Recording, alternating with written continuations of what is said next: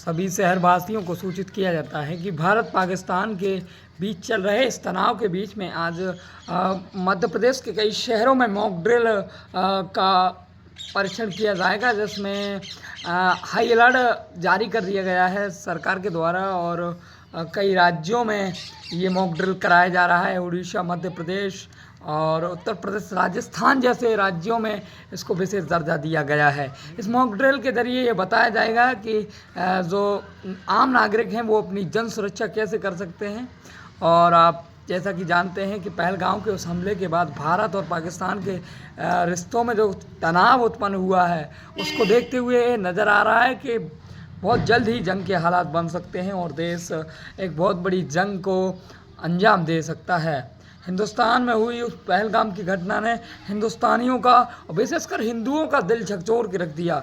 जिस प्रकार हमारे भाई बंधुओं को मार दिया गया, धर्म पूछकर मार दिया गया, और वो जख्म आज भी भरे नहीं हैं। और उसी का परिणाम देखने को मिलेगा कि जल्द ही हाई अलर्ट के साथ हो सकता है कि युद्ध की भी शुरुआत हो जाए। ऐसे में प्रत्येक नागरिक से ये गुजारिश है सरकार की कि हड़बड़ाहट ना दिखाएं और जन चेतना के उस कार्य को परिपक्वता से करें, जहां जन संदेश देने का प्रयास करें। और एक एक जान कीमती है। जिस प्रकार से देखा जाता है कि यूक्रेन और रशिया वॉर में देखा गया कि सेना अगर फ्रंट पे लड़ती है तो आम लोगों को बचाने की जिम्मेदारी आम नागरिकों की होती है, जैसे कि पुलिस बल है और जो फायर ब्रिगेड सेवा हैं और जितने भी डिपार्टमेंट हैं जो सेना से भिन्न हैं, उनकी भी जिम्मेदारी बनती है कि देश के प्रत्येक नागरिक को सशक्त एवं समृद्ध बनाया जाए।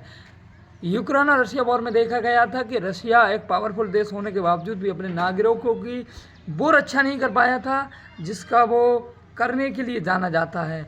ऐसा इसलिए कहा जाता है कि युद्ध कभी भी किसी मसले का हल नहीं होता। महाभारत में श्री कृष्ण ने कहा था, युद्ध लड़ती तो जो सेनाएं हैं, लेकिन दोनों ही तरफ से लड़ने वाले महारथी वीर गति को प्राप्त होते हैं।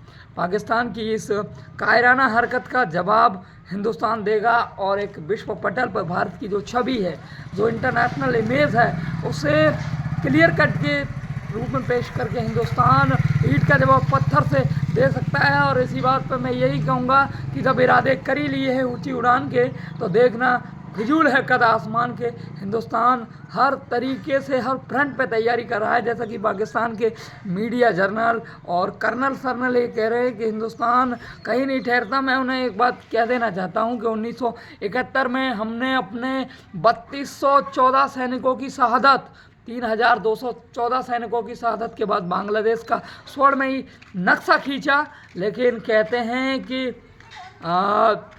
एक क्षण कभी भार नहीं पूछता। बांग्लादेश अपनी उस गतिविधि को भूल गया जो हिंदुस्तान ने उसके साथ अच्छा किया था। उसका परिणाम भी उसने दिया कि हमारे ही नागरिकों को मारा, हिंदुओं को।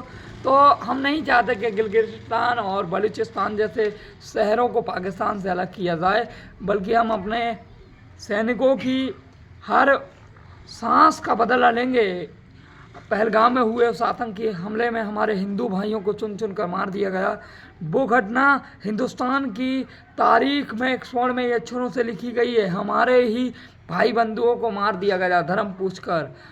हिंदुस्तानी सेना हर फ्रंट पे तैयार है, चाहे पैरा कमांडो हो, पैरा मिलिट्री फोर्स हो, एयर फोर्स हो या बीएसएफ के जवान हो, जो कि हर फ्रंट पे लड़ना जानते हैं। और हिंदुस्तान के पास 11 लाख से ज़्यादा एक्टिव सैनिक हैं। ये बताते हैं कि किस प्रकार से हिंदुस्तान अपनी तैयारी कर रहा है और ईंट का जवाब पत्थर से देंगे। इसलिए सभी से दरख्वास्त है कि 7 मई को ग्वालियर, जबलपुर और इंदौर जैसे शहरों में जो मॉक ड्रिल होनी है, उसमें विशेष ध्यान रखें कि 2 मिनट के लिए अपने घर की लाइट जला दें, बंद कर दें। और लाइट बंद करने के बाद एक ऐसी जगह पर एकत्रित होकर खड़े हो जाएं जहाँ वे सुरक्षित महसूस कर सकते हैं। उसके बाद हाई अलर्ट होगा।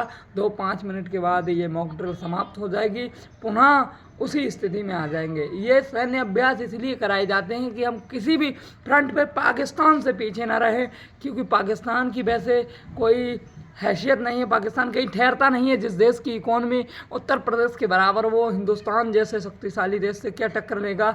लेकिन कहते हैं ना कि हम तो डूबे सनम, तुम्हें भी ले डूबे। पाकिस्तान उस रणनीति का एक लोहा बनवाना चाहता है। यूएनओ के अध्यक्ष एंटोनियो गुटरेस से उनकी जो मुलाकात हुई, उसके बाद भारत के रक्षा मंत्री श्री राजनाथ सिंह और विदेश मंत्री एस शंकर प्रसाद ने जो तो बनानी थोड़ी है काट